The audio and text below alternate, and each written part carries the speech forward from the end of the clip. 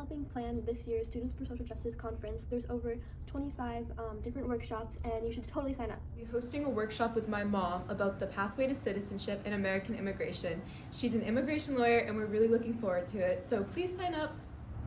Hi, my name is Robbie. I'm a new student this year at Falmouth Academy, and I'm really excited for the health disparities and environmental activism workshop. Hi, I'm Christian. I'm a junior here at Falmouth Academy. I'm an athlete, and I'm really interested in gender equity in sports, and you should sign up for this conference this year. It's my first time. Be excited to see you guys there. Thank you.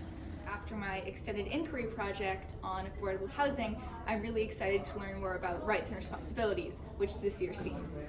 Me and Devin, we're going to be working on a workshop about microaggressions, and I hope to help other people learn about microaggressions.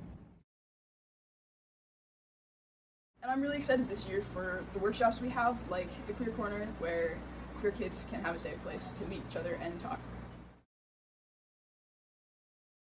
It's because there's a workshop on book banning and censorship, and I'm studying journalism next year in college. I'm very interested to see what the workshop has to offer.